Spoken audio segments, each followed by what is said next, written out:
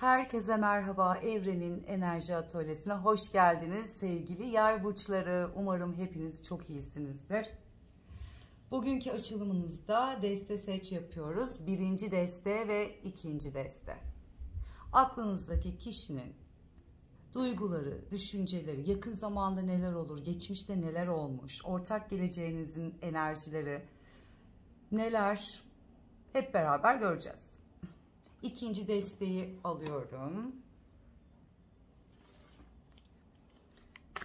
Ben desteği karıştırdığımda siz de lütfen niyetinize odaklanın.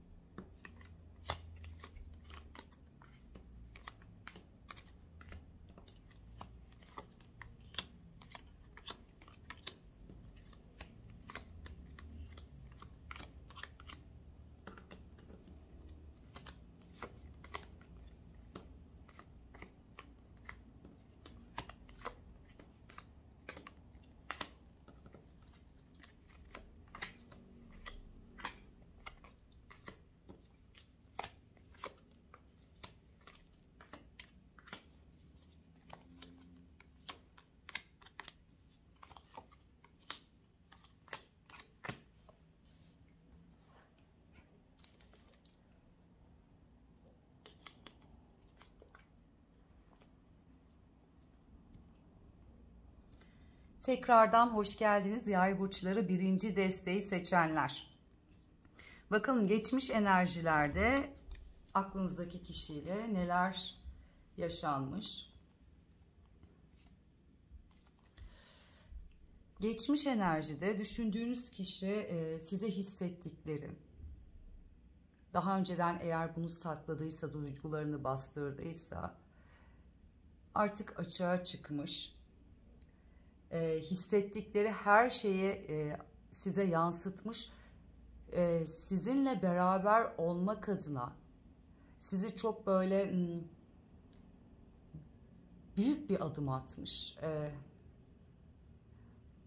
Hem kendi hayatı hem de sizin hayatınızı etkileyecek güçlü ve pozitif bir adım atmış. Nedir? Belki bu işte senin daha önceden senden hoşlanıyordum ya da söyleyemiyordum. Seninle beraber olmak istiyorum ya da evlenmek istiyorum. Yani böyle sizinle tamamen tamamlanmak isteği varmış. Sizin de geçmiş enerjinizde aklınızdaki kişiden gelen bu güzel enerjiyi açıkçası kabul etmişsiniz. Köklenmek, bir aile olmak, bir olmak, ben de varım dediğiniz bir enerjiymiş. Şimdiki enerjiye baktığımızda aklınızdaki kişi geçmişte şu ana kadar hani biraz daha böyle olgunlaşmış, daha gözlem altında tutuyor sizi, daha izler bir pozisyonda, ama yine de sizinle birçok şeyi paylaşma isteği enerjisinde. Ama arada böyle şu anın enerjisinde de sizle ilgili de böyle bir şüpheleri de oluşmuş şu anın enerjisinde. Sizin de şu andaki enerjinizde karşı tarafla ilgili bu değişimi görüyorsunuz. Ve aslında mutlu da oluyorsunuz. Hani bunun bu değişimi, size verdikleri, kattıkları, hoşunuza giden bir enerji de var karşı tarafta. Yani geçmiş ve şu anın enerjisi açıkçası bir denge halinde gidiyor ikinizin arasında.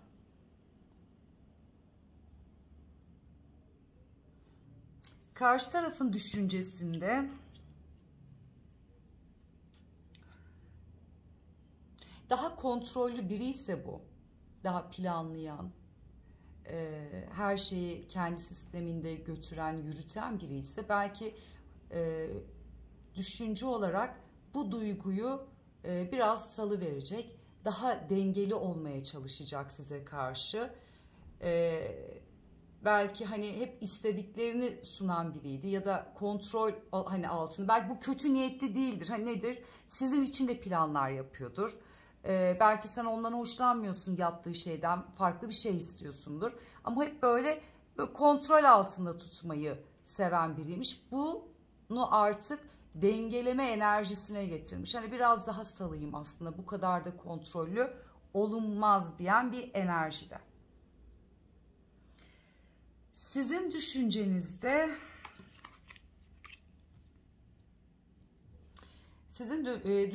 şöyle bir şey aslında var. Kafanızı karıştıran bir üçüncü kişinin enerjisi çıktı. Bir şeyleri değiştirmek, dönüşmek istiyorsunuz. Mutlu olma enerjiniz var. Ama düşüncenizle şu andaki düşündüğünüz ve üçüncü kişiyle arasında gel git olan bir düşünce yapınız var.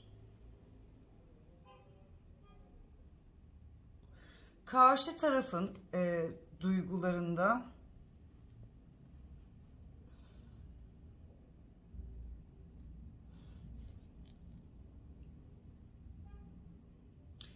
aslında şöyle bir şey var. Hani belki hani kontrol dedik, belki kendi karakteriyle ilgili bastırması, dengelenmesi gereken belki bir şeyleri de vardı bunun. Biraz sanki kendiyle ilgili suçluluk duyuyor. Bir de sizinle ilgili şu an hani o duygusal anlamda çok sabrettiğini düşünüyor. Yani ben hani her şeyle tam açık oldum. Belki o an şu an onun beklentisini vermiyor olabilirsiniz. Yani belki evlenmek istiyordur ya da başka bir yere gidelim diyordur.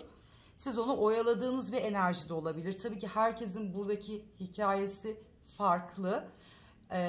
Karşı taraf çok sabrettiğini ve çok yorulduğunu, bazen kendini de burada suçluyor duygusal anlamda. Yine de zorlansa da bir şekilde ilerlemeye giden bir enerji var. Sizin duygularınızda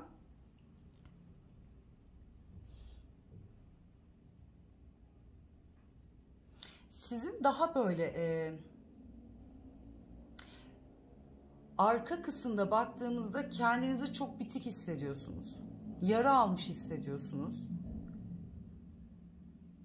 Ama göstermemeye de çalışıyorsunuz duygusal olarak. Daha güçlü, ben buradayım, kendini ifade eden bir enerjiniz var. Ama arkası tamamen böyle, aslında iyi değilim, ne yapacağımı bilmiyorum, bir şeylerin değişmesi gerekiyor. Yani duygusal anlamda biraz karışık olduğunuz bir enerjileriniz var.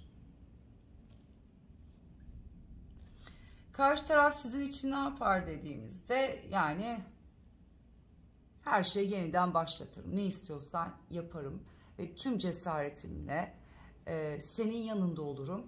Çünkü senin enerjin bana iyi geliyor, biz beraberken mutluyuz, ben kendimi çok mutlu hissediyorum. Yani ne istiyorsan yapmaya hazırım diyen bir enerji var. Siz onun için ne yaparsınız ya da nedir enerjileriniz dediğimizde, açıkçası siz biraz daha böyle bir şeyleri saklama, anı yaşama enerjiniz var. Onun istediği gibi böyle bir kalıba girmeme, daha özgür olma, ama bu anlamda da hani biraz daha hani kendinizi geri çekermişsiniz. Çünkü dediğim gibi bir kalıba veya sokmak istediğin şeye girmek istemiyorsun. Siz daha çok şu an hayatı yaşama enerjiniz var. Belki tutkularınızda peşinde gitmek isteyebilirsiniz. Yakın zamanda karşı tarafta güçlü durmaya çalışırım.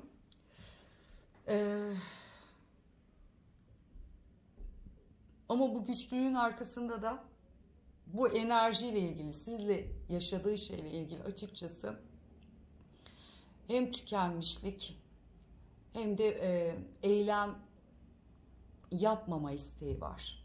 Biraz böyle hani geri çekeyim diyor dese de yine de sizle ilgili iletişim isteği olacak.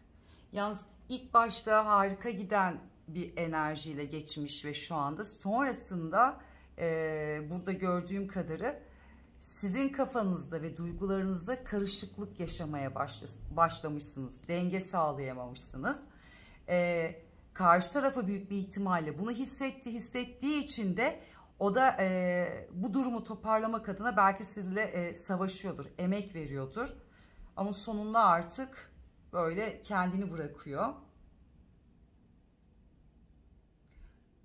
Sizde de ya sizde en baştaki gibi, yani kafanızda oturtturmadığınız iki düşünce var. Ya bu insan, ya bir başkası, ya da farklı bir şey. Hayatınızdaki bu yavaş giden enerjiyi artık bırakıp gerçekten bir şeyleri kazanmak, başarı elde etmek, güçlenmek, yani daha bireyselsiniz, daha kendinize odaklı olan bir enerji. Tabii ki biz burada yay burçları bu arada çok mantıklı ve ne istediğini bilen bir burç aslında. Belki bunu sorguladığınız bir süreçten de geçmiş olabilirsiniz. Ortak geleceğiniz ne olur dediğimizde, tüm enerjisini toplarmış ve sizden çok etkilendiği için ve size tekrar aynı enerjiyi yakalamak, başa dönmek adına size adımlar atarmış ve bunu da söylermiş. Tekrardan birbirimize güvenebiliriz, biz beraber olabiliriz ve hani şans isteyebilir ve bunu tüm kalbiyle yapacak, bu arada size gelecek. Sizin enerjinizde artık bu yaşadığınız gel git, karar veremediğiniz, karşı tarafa belki baskı uyguladığınız bir şeylerin artık kararını vermiş oluyorsunuz. Siz bu ilişkiyi bitiren taraf oluyorsunuz. Hani karşı taraf yine gelse de siz artık net bir şekilde ben hayatımı tamamen değiştirmek istiyorum. Yani farklı enerji alanında olmak istiyorum. Belki yapmak istediğiniz birçok şey var. Bu ilişki engelli de olabilir ama giden tarafsınız. Bakın, ölüm kartı, bitiş ama başlangıçtır. Yeni vizyon, hayatınıza tamamen yenileyeceğiniz ve ne istiyorsanız eyleme geçeceğiniz bir enerji ve bavul. Bu tarafı bırakıyorsunuz. Hayatınızı toplama ve yenilenme enerjisinde olacaksınız. Birinci desteği seçenler. Beni dinlediğiniz için çok teşekkür ederim. Tekrar başka bir videoda görüşürüz. Şimdi ikinci deste.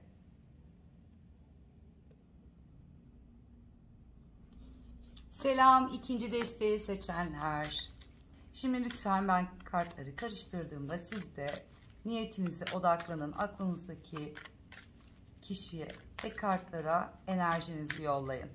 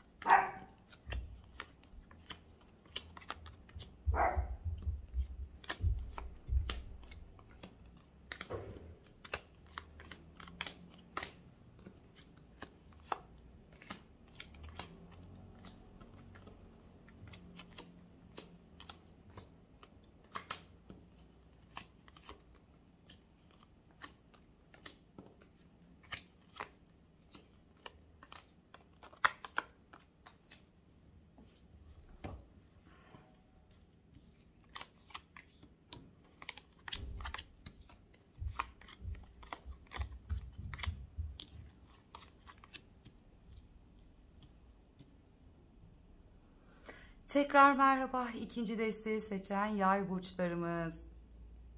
Bakalım geçmiş enerjide neler olmuş? Aklınızdaki kişiyle geçmiş enerjinizde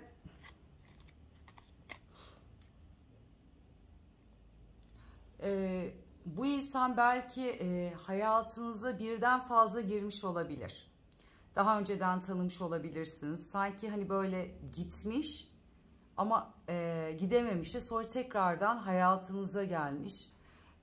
Ve size karşı duygularını gösterdiği bir zaman olmuş. Belki neden gittiğini, sizi unutamamıştır ya da kaçmıştır duygularından. Ama size geçmişte de giderken de açıkçası duyguları olan bir enerjideymiş. Ama sonrasında tüm kalbini açmış size. Siz de bu süreci beklemişsiniz. Ve kendinizi bir şekilde de ne kadar kopuk olsanız da geçmişte bu insana karşı böyle gösterdiğiniz ya da kendinizi böyle enerjinizi hissettirdiğiniz bir zamanlarınız olmuş. Nedir? Belki bulunduğu yere gitmişsinizdir. Belki aynı iş yerindesiniz. Aynı yerde oturuyorsunuz. Ortak çevreniz vardır. Hani kendinizi böyle iyi, olumlu bir şekilde, mutlu bir şekilde gösterdiğiniz bir zaman olmuş. Ama o süreç zaman geçtikten sonra evet, beklediğin her ne varsa karşı tarafta açıkçası tüm duygularını açıklamış ve tamamlanma istemiş sizden.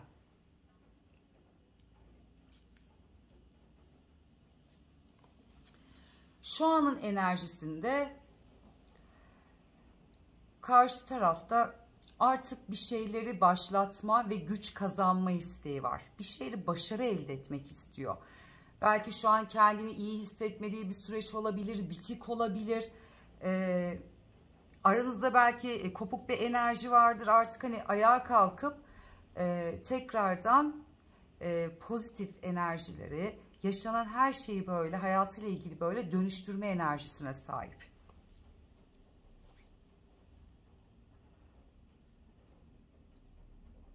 Sizin de şu anki enerjinizde daha mantığınızla gidiyorsunuz, bilinçaltınızda. İşte artık diyorsun hani kontrolü ele almam gerekiyor. Hani her şeyin başına geçmem gerekiyor ki bu da benim için önemli. Dağılmamam gerekiyor diyorsunuz. Çünkü daha çok böyle maddi anlamda işe verdiğiniz bir süreçtesiniz. Belki tamamlanmak istediğiniz bir iş vardır. Yapılması gereken. Tüm enerjinizi şu an parasal konulara, elinizdeki işe verdiğiniz bir süreçtesiniz. Bunu yapmazsanız belki kontrolü kaybedeceğinizi düşünüyorsunuz. Aslında bilinçaltında sürekli bunu kendinize telkin ediyorsunuz.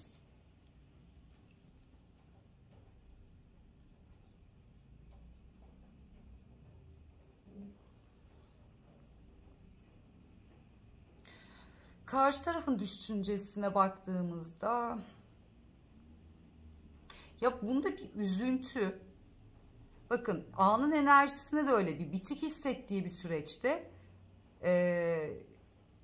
bir şeyle uğraşıyor. Yani ya bir engeli var, yani hep böyle kendini korumaya almış bir şeylere ya da savaşıyor. Bununla ilgili sürekli kafasında kuran, üzülen biri var. Çünkü o da belki maddi anlamda da olabilir. Yani parasal, yani hayatıyla ilgili bereket, bolluk enerjisiyle ilgili bir şeylerin savaşını veriyor. Burada iki tarafta da aslında biraz daha böyle mantık sonra oluşmuş. Yani sizin tarafınızda da böyle parasal konular, karşı tarafta da böyle ayağa kalkıp başarı elde etme isteği var. Kendini daha güvenli hissedecek. Bundan dolayı üzüntü duyuyor ama zorlansa da eylemsel. Sizin düşüncenizde de baktığımda da yani artık bir korkularınızı bir tarafa bırakıp daha güçlü, daha cesaretli olmam gerekiyor. Yani ne istiyorsam artık diyor, bunu karşı tarafa da dile getirmem gerekiyor. Belki kafanızdaki karışık veya tamamlamadığınız, eksik kalan şeyler varsa onları artık belki dile getirme isteğiniz var. Daha çok şu ana kadar mantık ve dışsal aslında etkileri yaşadığınız her iki tarafında enerjisi var. Peki kalp enerjisinde bakalım, duygu mu artık mantık mı gidiyor burada? Karşı tarafta bir kere kalbinde direkt siz varsınız. Sizin o enerjiniz ona çok iyi geliyor. Yani kaynaksınız onun için. Tutkusal anlamda da size karşı coşkulu. Ve sizinle aslında ciddi bir şeyler istiyor. Yani bunun farkında. Kalbinde her ne kadar hani iş ve parasal konuları, bir şeyleri düzeltme isteği var. Belki de bunları tamamlayıp sizinle evlenme istiyor olabilir. Daha farklı planlarınız varsa onları gerçekleştirmek isteyebilir. Çünkü artık diyor hani ben şu an sınırda veya dışarıdaysa tam olmadıysanız onu oldurma enerjisinde. Yani artık tamamen tamamlanmak istiyor.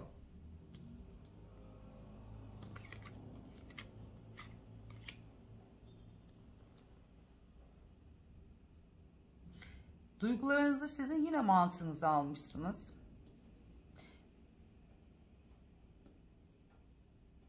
Bir aydınlanma yaşıyor olabilirsiniz belki. Hayatınızda olabilir bu. Paylaşımlarınız olabilir. Çünkü öyle bir şey ki duygusal anlamda da artık kalbinizde belki bir şeyleri, yani bir şeylerle yüzleştiğiniz bir süreç olabilir.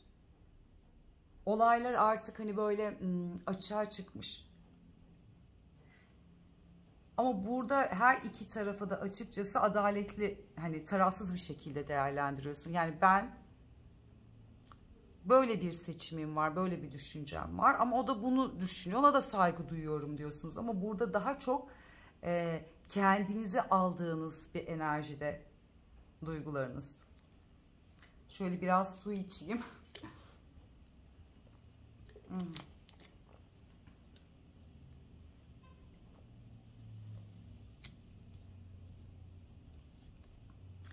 Peki karşı taraf sizin için ne yapar? Bakalım.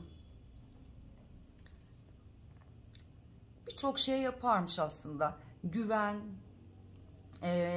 şans, mutluluk. Bir de kalbinde ve yüreğindeki de dileksiniz siz. Yani hani istediği bir şeysiniz hayatında. Yani senin için her şey yaparım diyor. Çünkü sen benim duamsın diyor, niyetimsin diyor, yani şansımsın diyor. Olması gereken neyse belki daha fazlasını size sunarmış. Peki siz ne yaparsınız?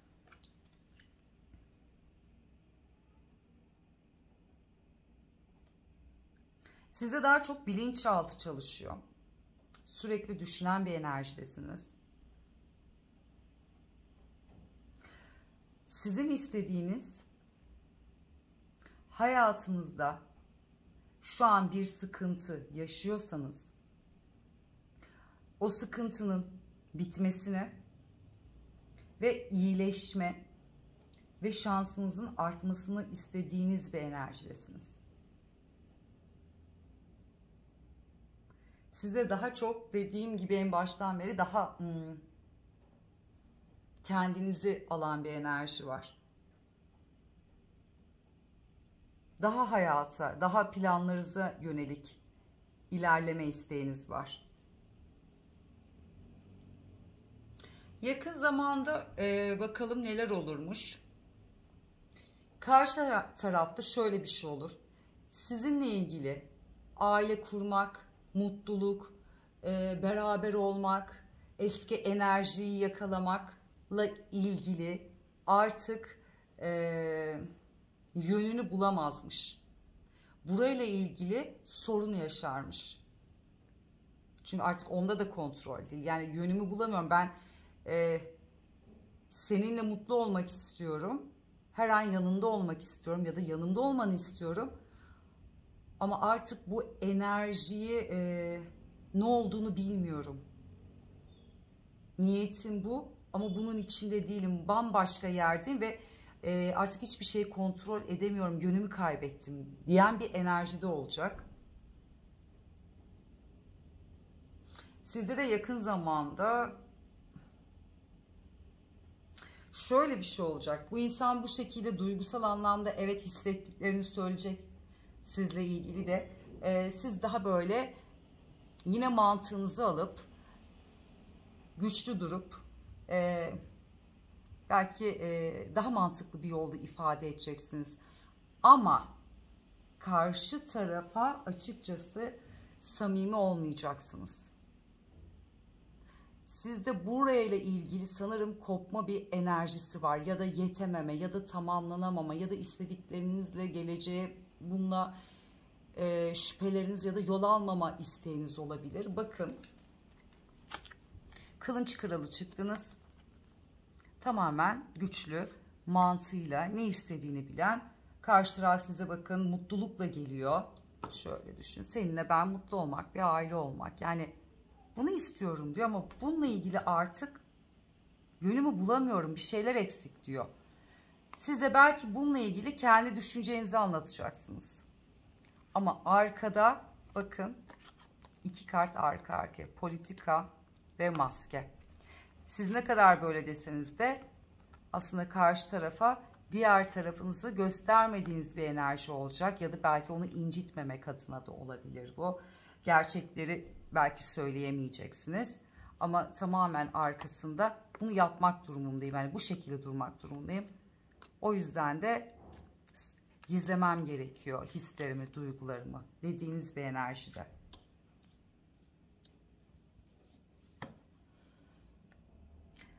Ortak geleceğinizde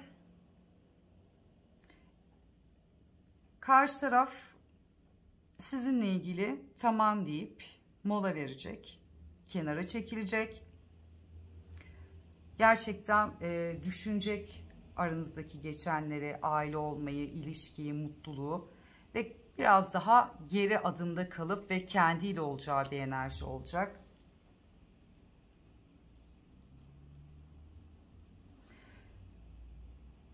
Kartlar burada size aslında şöyle bir uyarı veriyor yakın zamanda. Aklınızdaki kişinin haricinde etkilendiğiniz başka biri varsa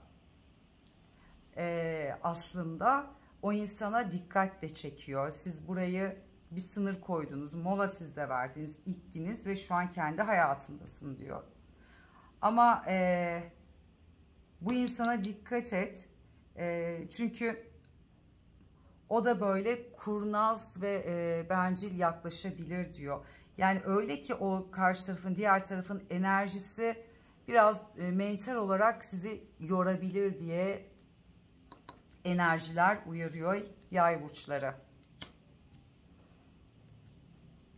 Beni dinlediğiniz için çok teşekkür ederim. Tekrar başka bir videoda görüşmek üzere. Hoşça kalın.